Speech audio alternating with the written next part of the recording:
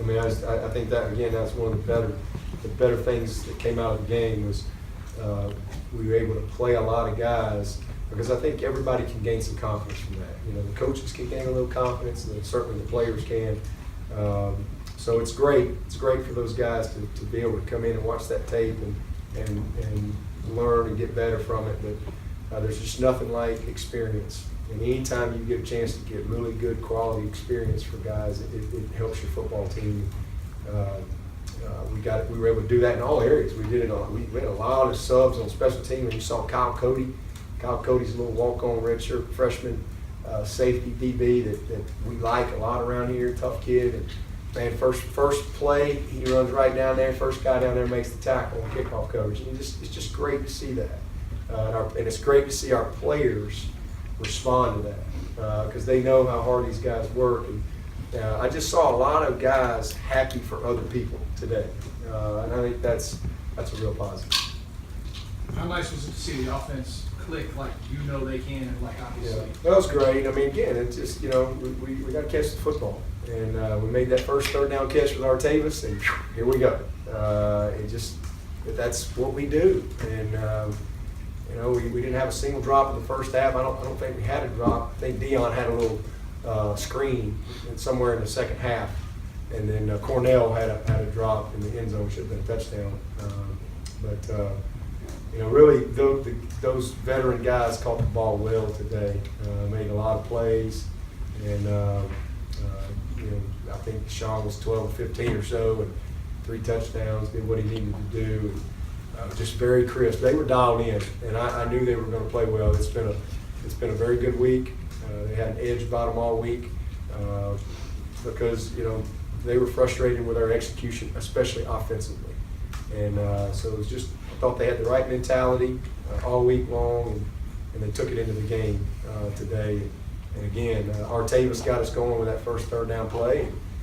And, the guys fed off of that. Speaking of which, Trevion Thompson had a nice touchdown catch. I think it was his first career touchdown catch. But how big is that for his confidence? Huge. I mean, it's huge. I mean, he had a couple other catches, and it's big because obviously he had a rough start these first couple games, and had a play in Auburn that he probably should have made, big third down, and then obviously last week was a tough day for him. But go back to work. You go back to work. That's what we did all week. We really worked hard on the mentality at receiver and the what we call eye intensity and the focus that you got to have. And it was good to see him. He made a tight catch, and then that was a go up contested ball. And so they were reacting instead of thinking. You can't think at receiver. You just got to play. You got to react, and you got to have little eyes when the ball's in the air.